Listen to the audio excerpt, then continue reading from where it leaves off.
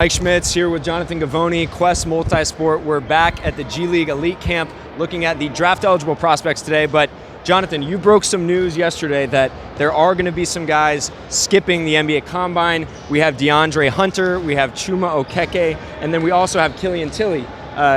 What is the strategy behind this? You know, we've also seen Matisse, Thybulle, and Rui Hachimura elect not to come to the Combine. Is this something you've seen very often? What do you think is kind of the thought process with agents in making this decision? Well, this happens every year. There's a cat and mouse game that goes on between players, agents, and teams. You know, you want to keep things close to the vest.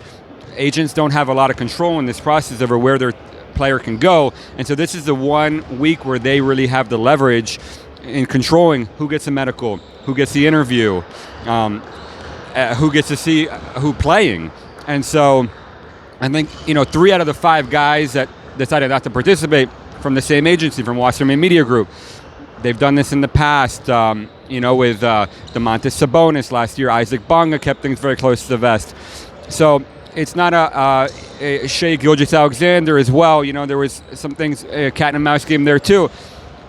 Everybody's got their own strategy for how to do this. And, to me, it makes sense with a guy like DeAndre Hunter, for example. We'll see how the lottery plays out tonight. What if he prefers to go 7th, to whoever ends up in the draft instead of 5th? I mean, it's not a big difference there money-wise. A lot of the agents these days, they're much more interested in putting their guy in the right situation as opposed to getting him drafted as high as possible. And if a team doesn't have a medical, doesn't have an interview, doesn't get a workout, maybe they're disinclined to draft that player. I mean, what are your thoughts on it? Yeah, I'm just curious to hear how much teams weigh this, right? Because these are guys we've seen a lot of. We've seen Rui Hachimura, upperclassman. We've seen Matisse, Thybulle, upperclassman. We've seen DeAndre Hunter play in huge games with Virginia in the NCAA tournament. So how important is not getting the medical? How important is maybe not sitting down with the kid? If you're sitting at 5 or 6 and you're looking at DeAndre Hunter, but you say, man, we didn't get his medical, or we weren't able to sit down with them, is that a non-starter? That's what I'm interested to see, and just based on your experience, how heavily do teams weigh that? I think it depends on the organization. Some teams weigh that very heavily. The last thing you want is to draft a guy that has a medical issue that you weren't aware of. I mean, that could get you fired, especially if you're talking about a top 7 draft pick. Some teams aren't going to be as worried, but, I look at how things played out last year, for example. Shai Gilgeous-Alexander fell to 12th in the draft. Mm-hmm. We look back on that now, we say, how did that happen? How is that possible? How did Charlotte pass on him? Domantas Sabonis, Wasserman got him drafted by Oklahoma City, which is where Jason Rainey worked at one stage. So I think that it worked for them in the past. So, Isaac Bonga, they tried to steer him to the Lakers last year. They got it done. If it works year after year and there's no repercussions, it's going to, embolden people to try and do it year after year every time.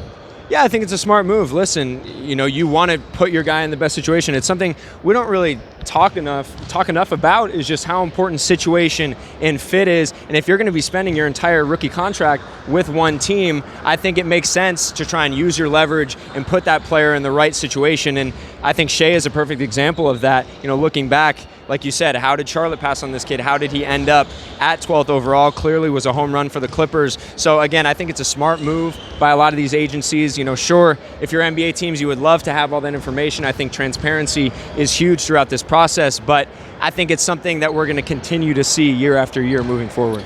Yeah, with guys like Matisse, Thybulle, and Rui Hachimura, situation is everything. I mean, DeAndre Hunter, to me, you can plug him onto almost any team. But with those two guys in particular, going to the right organization is going to be huge, because if you're asking them to be something that they're not, if you ask Rui to be a small forward who's creating offense for himself, I think that's going to put him at a disadvantage.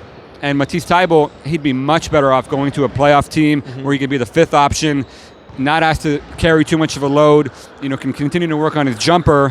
What are your thoughts on situation for those two guys? I think for them, it's huge. I think for most guys, sure, but like you said, DeAndre Hunter, he's going to be able to be a plug-and-play guy wherever he goes. I mean, we saw it with Thybulle. He was almost their fifth option at UW, in the Pac-12, which was not that strong of a conference this year. So, again, I totally get it. I think you need to put those guys in position to succeed. I think Thybulle is perfect for a playoff team, and it wouldn't shock me if this becomes a theme, and obviously has been a theme throughout the years. So, we'll keep an eye on this. We'll see if there's any more news that breaks this week. Obviously, we have the lottery tonight, so we're going to see, who wins the Zion sweepstakes and who does he agree to work? Who does he agree to interview for? What if the number one pick is not an attractive situation for him? We're hearing that he's close to picking an agency here pretty soon. It's going to be a major player in the industry. And then John Morant, R.J. Barrett. There's going to be some. What if it's a team that you don't want to go to? What if that team who gets number 2 already has a starting point guard in place?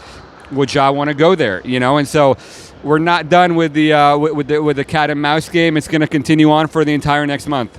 Yeah, this is always a fun time of year with that cat and mouse game, and just stay tuned with us. We'll be locked in on breaking news or evaluating these NBA draft eligible prospects at the G League camp. So stay with us over these next few days. It should be a fun ride.